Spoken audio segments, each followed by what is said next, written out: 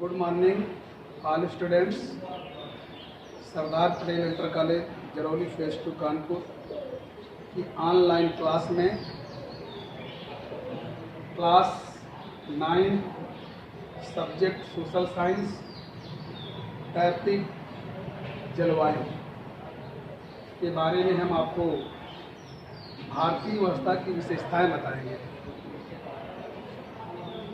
आपको मालूम होगा, जैसा कि जब हम ग्लोब में भारत की स्थिति को देखते हैं तो भारत की स्थिति दो कटिबंधों के अंतर्गत आती है, उष्ण कटिबंध और शीतोष्ण कटिबंध। जैसा कि 8 डिग्री 4 उत्तरीय अक्षांश से लेकर के 23.5 डिग्री उत्तरीय अक्षांश का जो क्षेत्र है वो हमारा उष्ण कटिबंध के अंतर्गत आता है, और 23.5 डिग्री उत्तरीय अक्षांश से लेकर के 37 डिग्री 6 उत्तरीय अक्षांश का जो क्षेत्र है वो शीतोष्ण कटिबंध के अंतर्गत आता है। ओवरऑल जो भारत की जलवायु है वो उष्ण कटिबंधीय मानसूनी जलवायु है, लेकिन फिर भी भारत के संपूर्ण क्षेत्र पर पूरे विश्व की जलवायु का प्रभाव पड़ता है। चूँकि शीतोष्ण कटिबंध के अंतर्गत का जो हिमालय से लगा हुआ क्षेत्र है वो उपोष्ण के अंतर्गत आता है। चूँकि शीतोष्ण में अधिक ऊंचाई के कारण हिमालय की बहुत सारी चोटियाँ बर्फ से आच्छादित रहती हैं, और इसके कारण विश्व में सभी जगह की जलवायु भारत में पाई जाती है। और भारत प्राकृतिक जलवायु के आधार पर उष्णकटिबंधीय मानसूनी जलवायु का देश है, जिसके कारण भारत में जो वर्षा होती है वो मानसूनी पवनों द्वारा होती है। जैसा कि आपको विदित होगा कि भारत में जो वर्षा का समय होता है वो मध्य जून से लेकर के मध्य सितंबर तक होता है, लेकिन भारत में बहुत सारे ऐसे क्षेत्र हैं जहां पर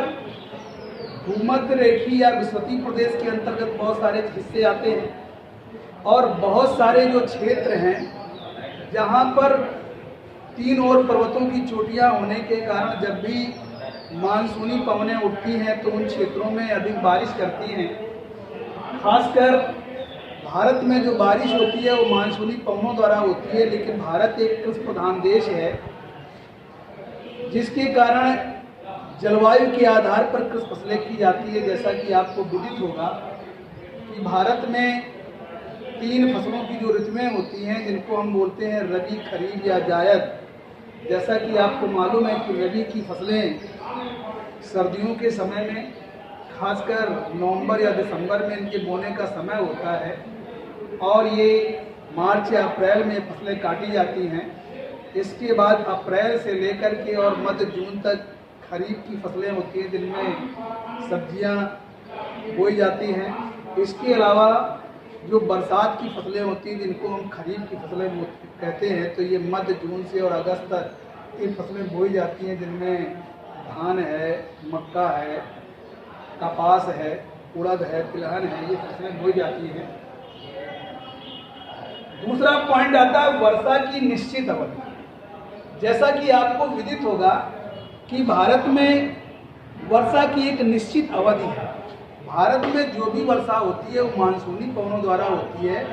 अतः ये आप कह सकते हैं कि भारत की 90% जो बारिश होती है वो मानसूनी पवनों द्वारा होती है। शेष जो 10% बारिश होती है वो चक्रवाती द्वारा होती है, जो वर्ष में कभी भी लोकल दशाएं कार्य करती हैं, जिसके कारण बारिश की संभावनाएं होती हैं और चक्रवाती बारिश भी होती है। लेकिन चूंकि भारत एक विश्व का सबसे बड़ा कृषि प्रधान देश है और भारत में खाद्यान्न की उपलब्धता के लिए लगभग पूरे वर्ष फसलें की जाती है, जिसके लिए हमें वर्षा के जल की आवश्यकता होती है, जिनको हम पूरे वर्ष में बाद में तो वर्षा के जल को संचित जल के द्वारा सिंचाई करते हैं, या अधोभौमिक जल जो पृथ्वी के नीचे जो एकत्रित जल होता है उसको हम यंत्रों के द्वारा निकाल करके अपने कृषि फसलों की सिंचाई करते हैं, उसके लिए एक बजट प्रावधान बनाते हैं और इसके अंतर्गत हम पूरे वर्ष फसलें करते हैं। इसके अलावा आती मूसलाधार वर्षा। जैसा कि आपको मालूम होगा कि भारत में जब मानसूनी पवनें के द्वारा बारिश होती है तो उस समय जो हमारा मैदानी क्षेत्र होता है वहाँ पर निम्न वायुदाब का केंद्र हो जाता है, गर्म सिचुएशन होती है और समुद्री इलाकों में भी निम्न और उच्च वायुदाब की स्थिति उत्पन्न होती है। तो निम्न वायुदाब में जब टेम्परेचर हाई हो जाता है तो जल गैस का रूप धारण करके वाष्पीकृत होता है और जैसे जैसे ऊंचाई पर बढ़ता जाता है उच्च वायुदाब की स्थिति उत्पन्न होती है और एक संघनन की प्रक्रिया होती है। जब ताप गिरता है तो फिर वही वर्षा का जो जल है वो टपकने की प्रक्रिया आरंभ हो जाती है और बारिश होती है। जैसा आप सुनते होंगे कि भारत के कई सारे खासकर हिमालयी क्षेत्र से लगे हुए कुछ प्रांत हैं जहाँ पर इतनी अधिक बारिश होती है, लोग प्रायः बोलते हैं कि बादल फट गए। भारत का उत्तराखंड एक ऐसा प्रांत है जहाँ पर चूंकि उच्च वायुदाब के केंद्र के कारण जब वहाँ पर बारिश होती है तो बिना रुकाव के मूसलाधार बारिश होती है, तो उनकी चपेट पर आने से बहुत सारी जो ढलानों पर बस्तियाँ होती हैं वो बह जाती हैं और अक्सर कहा जाता है तो अपने हिमाचल में या उत्तराखंड में बादल फटने की घटनाएं होती हैं। तो बहुत सारे ऐसे इलाके होते हैं जहाँ पर मूसलाधार बारिश होती है और खासकर ये पर्वतीय इलाकों पर ऐसी सिचुएशन उत्पन्न होती है। वर्षा की अनिश्चितता, जैसा कि आपको मालूम होगा कि प्रत्येक वर्ष वर्षा काल के पहले मौसम पूर्वानुमान लगाता है कि कैसी वर्षा की संभावनाएं होंगी और कभी कभी आप देखते हैं कि वर्षा की बहुत स्थिति डावाडोल होती है कि सामान्य से कम वर्षा होती है और पूरे देश में सूखे की स्थिति उत्पन्न हो जाती है। कभी कभी औसत बारिश होती है और कभी कभी मानसून बहुत उपयुक्त होता है और बहुत अधिक बारिश होती है। जैसा कि इस वर्ष की संभावनाएं व्यक्त की जा रही हैं कि सामान्य वर्षा की संभावनाएं व्यक्त की जा रही हैं कि बहुत ना तो कम वर्षा होगी और ना बहुत अधिक होगी, क्योंकि कभी कभी ऐसी स्थितियां उत्पन्न हो जाती हैं जिसका प्रभाव मानसून पर पड़ता है। और आपको मालूम है कि दिन प्रतिदिन इंसान यानी जनसंख्या का दबाव इतना अधिक पड़ रहा है जिसके कारण लोग बेतहाशा वृक्षों की कटाई करते चले जा रहे हैं। ये भी एक बहुत बड़ा फैक्टर है कि हमारी जो वर्षा की निश्चितता है वो धीरे धीरे समाप्त होती चली जा रही है, क्योंकि वृक्ष वर्षा लाने में सहायक होते हैं और मिट्टी के कटाव को भी रोकते हैं और मिट्टी को बांधे रखते हैं।